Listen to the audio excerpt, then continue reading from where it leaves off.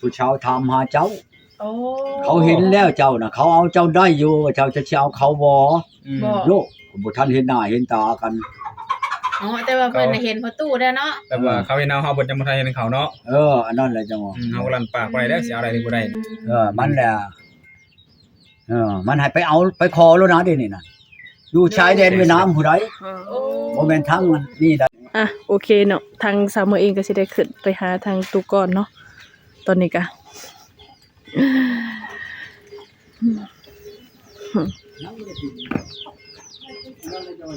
ไปหาหน่อยบ่มีหยังกิน โกยากกันเทือนเด้อเนาะเราสิไปเวียกเราเลย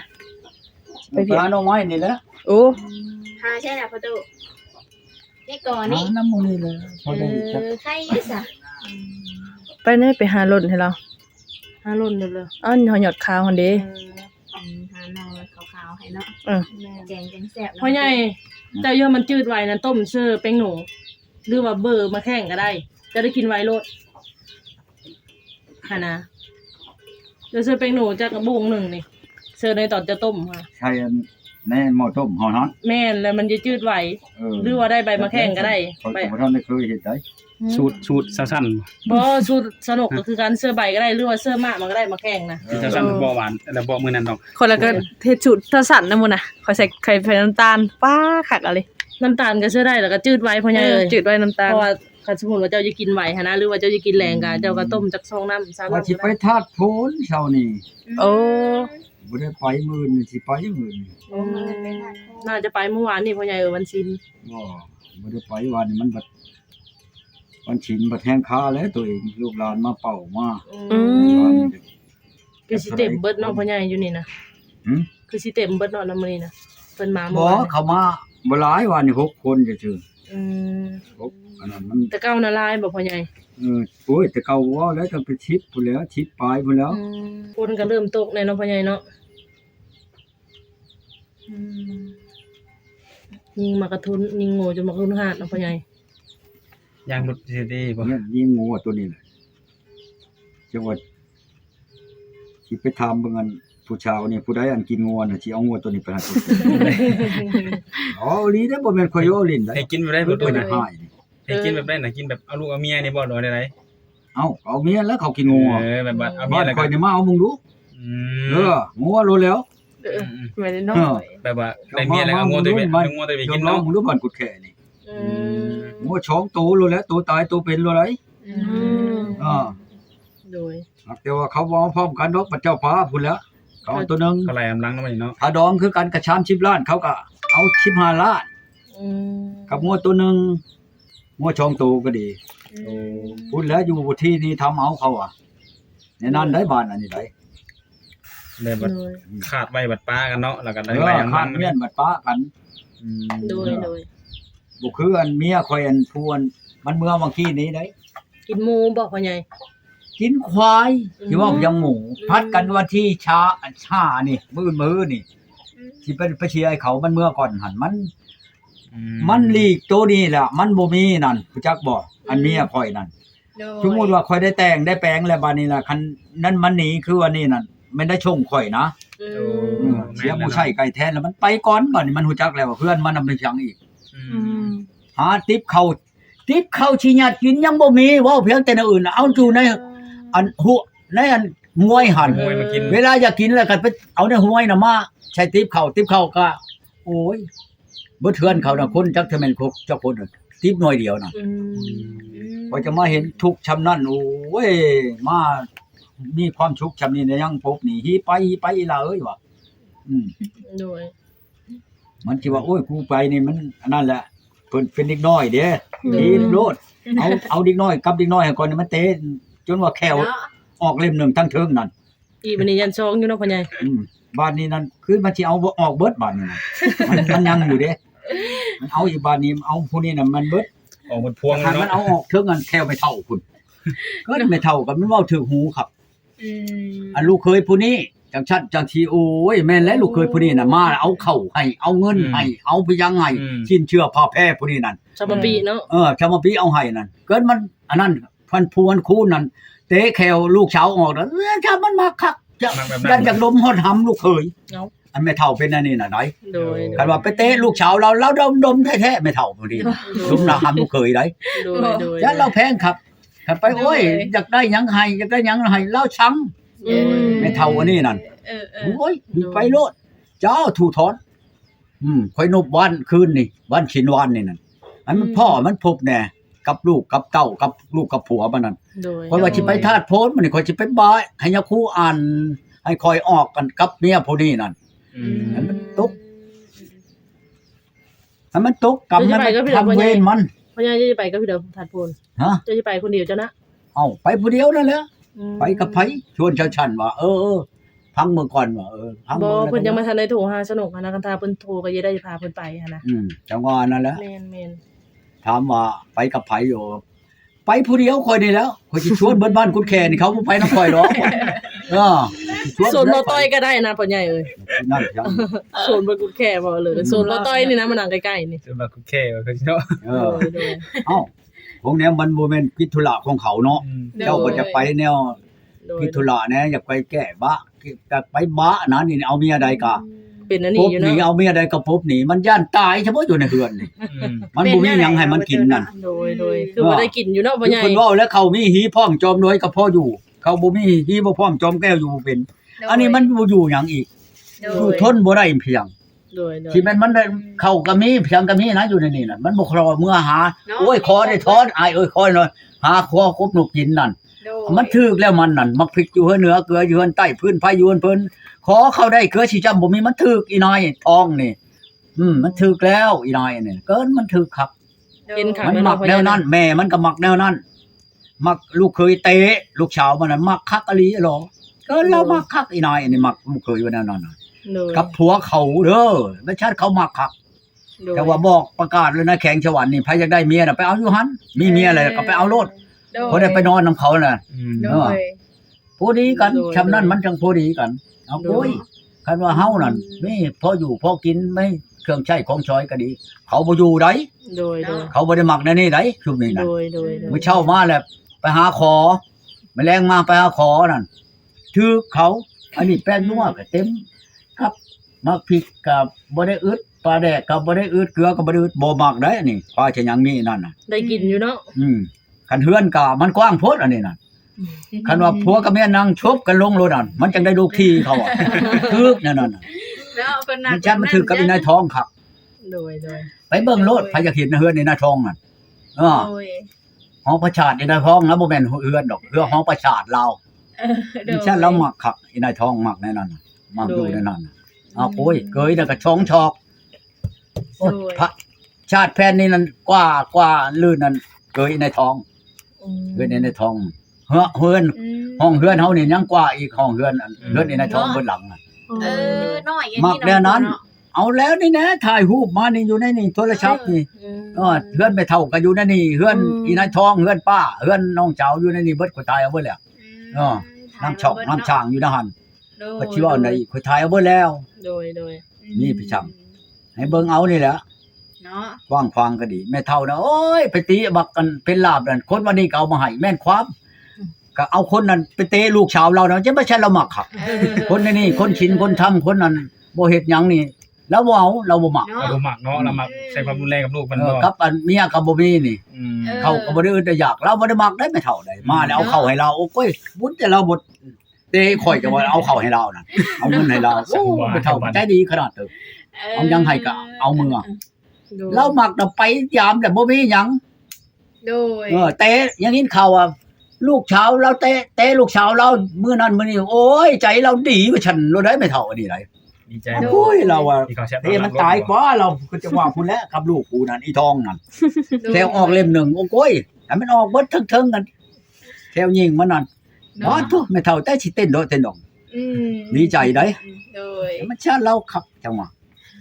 เอาผู้ว่านผู้นั้นได้ช่องลูกยังอยากไปอยู่มันเป็นบ้าอยู่ในวัดเดี๋ยวนี้ที่มันอยากไปดมคุยมัน เป็น อีนายทองจะไปดมคุยเก่าผัวมันก็มันอยากให้ขับได้ โดย อันนั้นแหละพอขึ้นไปหาอ้ายน้องกันว่าจะอันว่าใหม่มันนั่นอัน6 บาท15 ล้านนั่นหมูตัวหนึ่งกับเงิน6 ล้านน่ะ ตัวเองเข้าไปว่านี่เอาไปเอาเพียงมันน่ะบ่ ว่าความคิดเห็นละไงไม่เอาหมอยมันน่ะบ่ค่อยเว้าในนี้แล้วก็ไม่เนาะได้ เนาะ มันมีพี่ช่างไก่ตัวหนึงก็ขี้แซนตารางมันก็ยังบ่มีแล้วบัดเที่ยไม้เอาเงิน5-6 ล้านเช้านั่นแหละโทรบอกกันหัวหน้าเพิ่นว่าอย่าเลยเด้อว่าอย่าอย่าก็อย่าใช่เรามันสิมียังเป็นความเล่าเลยเราโทรไป3-4เทื่อเราจะเว้านำนั่นฮอดบ่รับฮอดเบอร์เราแต่บัดนี้น้อยกว่าเรากับหัวหน้าพันโทพุ่นอยู่ในเวลาหันตำรวจอยู่ในห้องการพุ่นเราว่าจะถามให้ตัวเองแล้วคืออีตนเราอ่ะตนเจ้าเด้เราอ่ะไปบ่ฮอด10มื้อเอาเสียเงินต้องเป็นชาว30ล้านเราโอ้ยที่เราสิกันว่าสิตัวเองก็ว่าสิชุบผูกแขนนะคือกันกับอันนี้แล้วเว้านี่อย่าบัดนี้นะเก่าหามันชักโดยคน สรุปนี่เอาคิดเพิ่นบ่ได้บ่ ถ้าพังแต่ข่าวมันนั่นมันเอาผัวนี่แหละจะพังมึงมันเอาผัวนี่นะมันสิเป็นจังได๋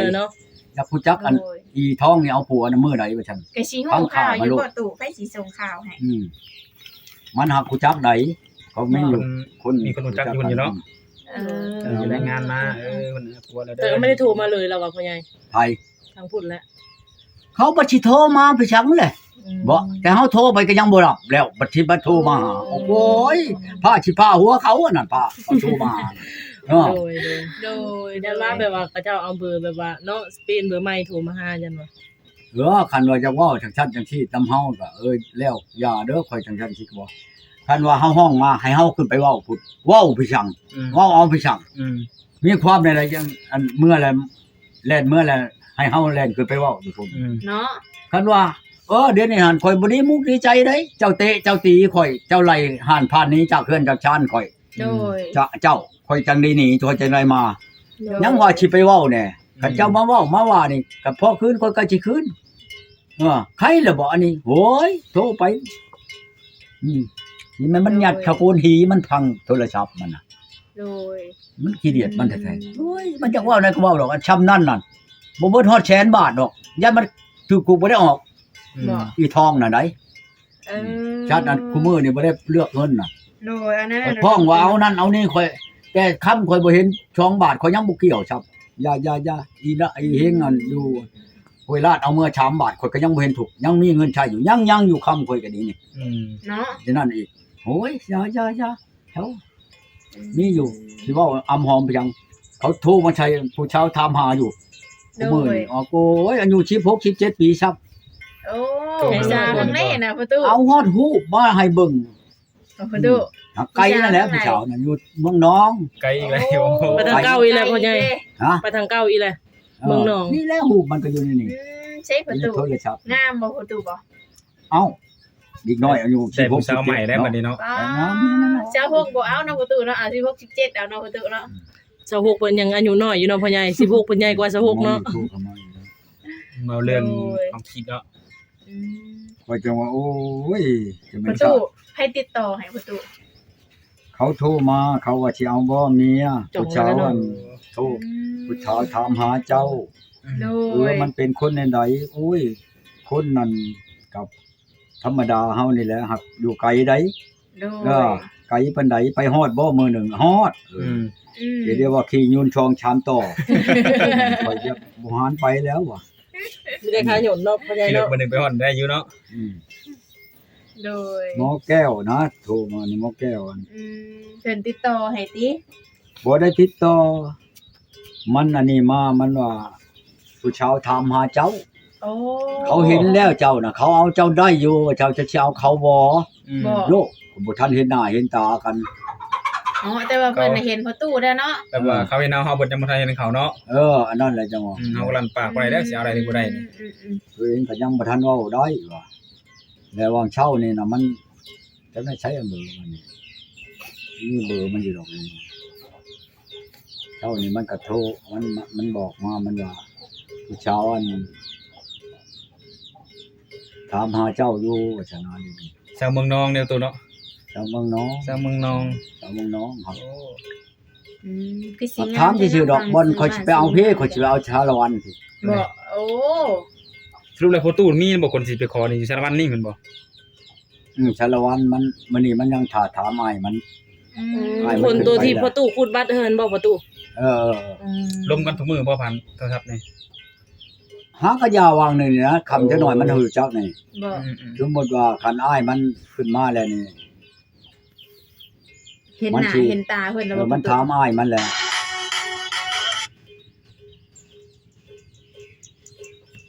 ผู้อยู่สารวัตรเห็นหน้าเพิ่นแล้วประตู ยังบ่ทันเห็นกันเลย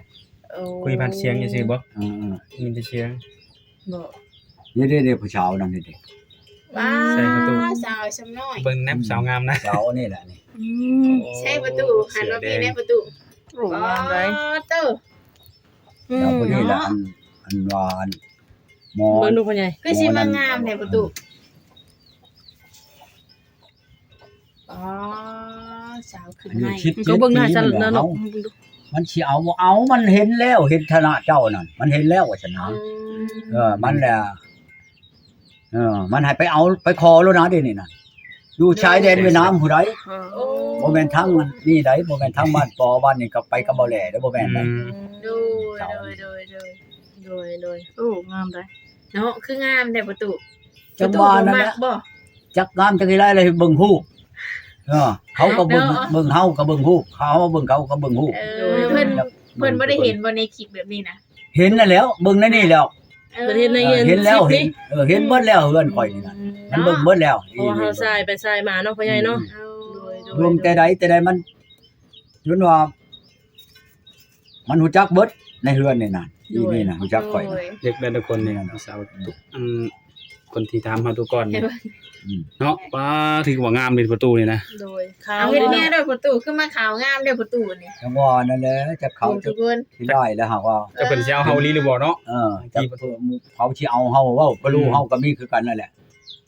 เนาะอันนี้ว่า16ปีว่าประตูนะ ว่า16ปีว่าฉะนั้นอันหมอนเนาะว่ามานะแต่ว่า ห่วยคันเขาเว้าแท้นี่ก็ห่วยมันก็เว้าได้ประตู คันเขาว่า คันว่ามาอยู่นำเฮายังได้เนาะประตู คันว่าหับเฮาได้เนาะพ่อใหญ่เนาะ 16 ปี อยู่ซ้ายเอาว่าภาษาทางแสดงเราเวียนนะ แสดงละเอียด แสดงเราเวียดเราอยู่ โดย อยู่ซ้ายไปซ้าย บ่ได้ถ่ายคลิปเพราะหมอนี่ก็เบิ่ง